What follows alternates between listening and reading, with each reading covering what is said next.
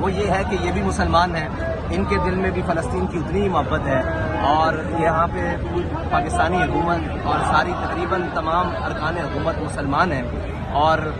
ان سے ہم یہی مطالبہ رکھتے ہیں کہ کم از کم آپ ان کے ساتھ بائیکاٹ تو کریں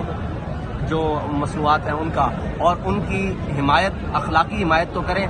اور ان کے ساتھ ہمارا ویسے پہلا مطالبہ جو وجودی جو بحیثیت مسلمان ہونا چاہیے نا ان سے، وہ یہ ہے کہ یہ فلسطین کے ساتھ جہاد کا اعلان کریں، اسرائیل کے خلاف جہاد کا اعلان کریں فلسطینیوں کے ساتھ مل کر، کیونکہ مسلمان جسد واحد کی طرح ہے، اگر اس کے سر میں درد ہوگی اس کے پورے جسم میں درد ہوگی، اور اس وقت جو فلسطینی مسلمان ہے اور فلسطین ہے یہ مسلمانوں کے چہرے کی حیثیت رکھتا ہے، پوری امت کے چہرے کی حیثیت رکھتا ہے، کیونکہ